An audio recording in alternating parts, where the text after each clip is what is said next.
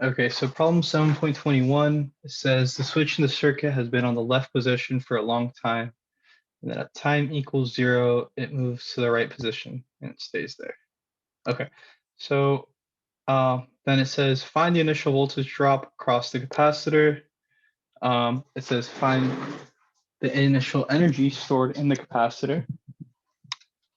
Find the time constant of this circuit, and then it says write the expression for the capacitor voltage Vt for Vt greater or equal to 0, right? Okay, so first off, you wanna go with part A. We're gonna look at this circuit right here.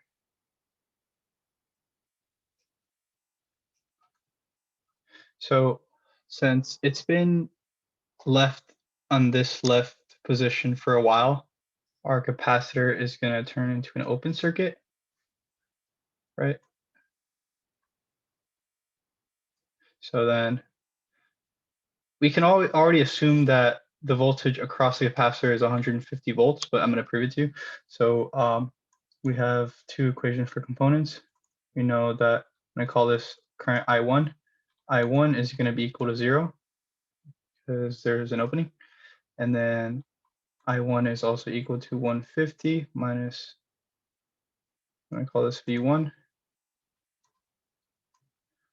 minus V1 over 10,000.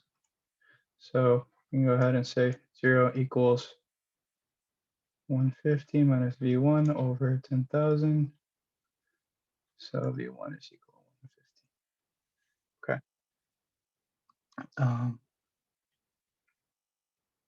Right. So at the exact moment the switch turns, the initial voltage drop of the capacitor is also 150. So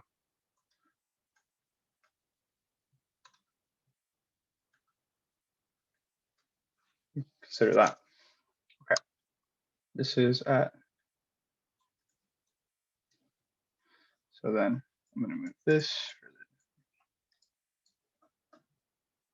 So then at T0, it looks like this.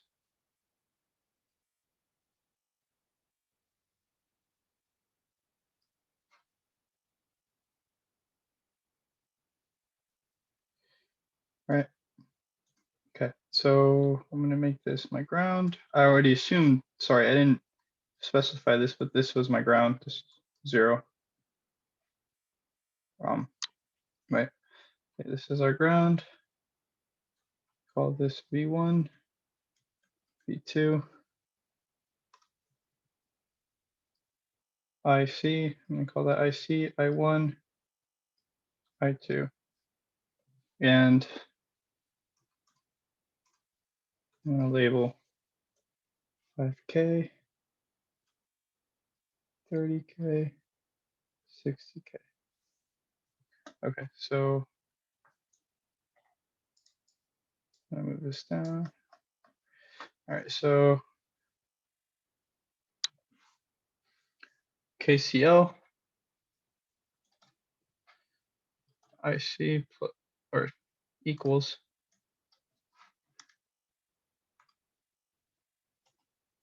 I1 plus I2. Our ES equation for components, you know, IC equals capacitance, 40 nanofarad,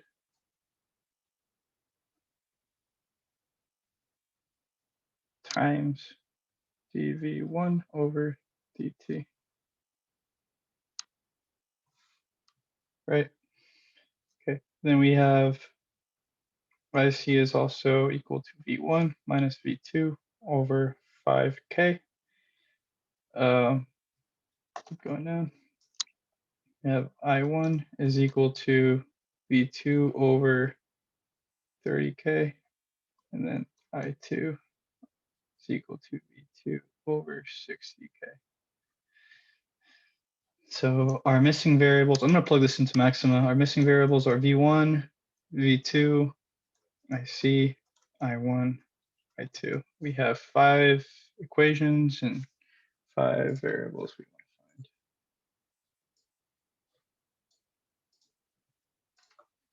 want to find. 5 C equals I1 plus I2. IC equals 3 times 10 to the negative 9 times, I'm going to call dV1S.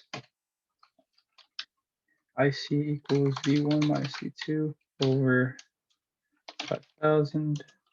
1 equals V2 over 30,000. 60,000. 1, V2, IC, I1. Yeah. That's it. Okay. So, well,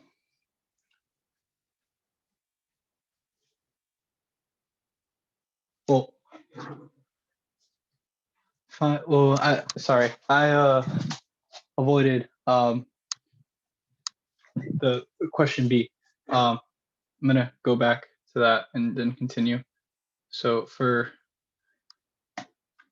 like this is part A. Part B says find the initial energy stored of the capacitor. Go back to our work equation. CV squared.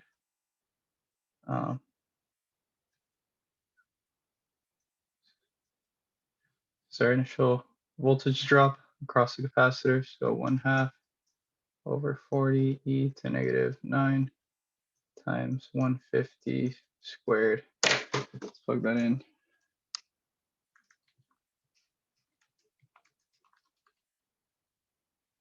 Squared. So it's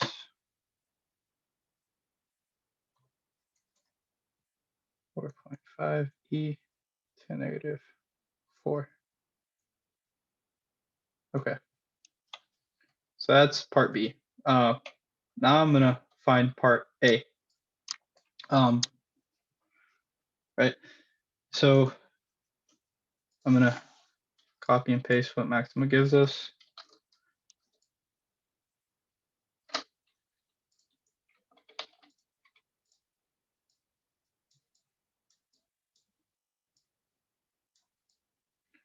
Okay, this is what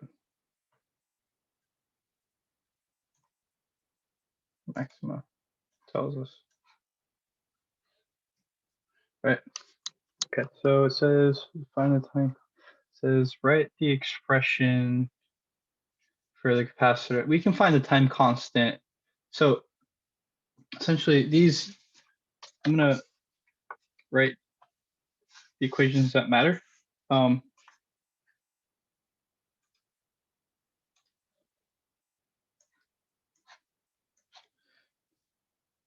So here.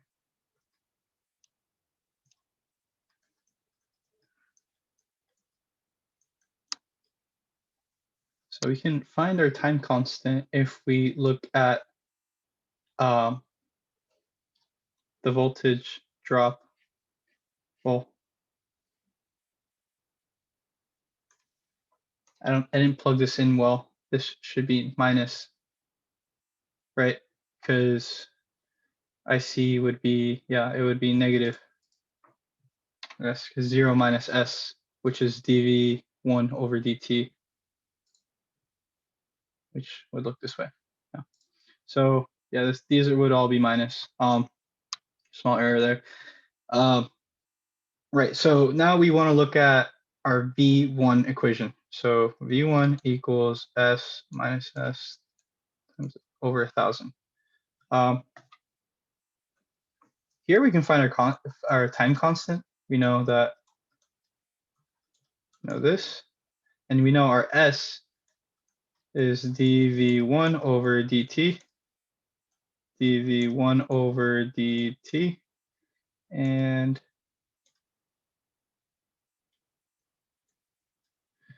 follow this equation. So you say dv1 over dt plus 1000 v1 equals 0. So our k equals 0, and our time constant, this 1000 v1 is also equal to 1 over 1 over 1000. So our time constant is 1 over 1000, right? All right. So the question is asking us, find the expression of the capacitor voltage Vt for time greater or equal to 0. Okay, so then our next equation we want to look at is such. It's going to be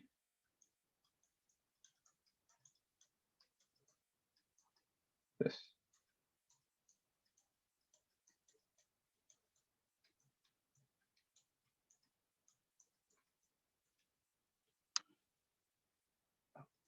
That. So we have our time constant. We have our initial voltage at time 0, right? And we know that, well, it says write the expression for the capacitor voltage. I'm gonna expand here. Right, so our capacitor voltage, we can just translate this equation to our voltage. So voltage infinity plus initial voltage minus just time infinity e to negative t over time constant. So we know that our voltage across our capacitor over a long period of time, our capacitor is going to discharge because it's not connected to an independent source of current or voltage. So all that charge inside that capacitor is going to dissipate. So we know that this is going to be equal to 0, and also this is going to be equal to 0. But at its initial state, it's 150 volts. And then it's going to slowly discharge. So as the time goes up, this t goes up here, it's going to slowly approach 0, exponentially approach 0, yeah. So this 1 over 1000, 150 e to the negative 1000 t. So to answer part C, we found our time constant to be 1 over 1000. It's here.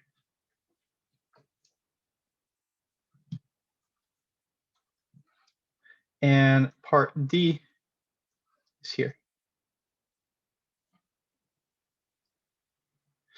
And yeah, this would be the solution to problem 7.21.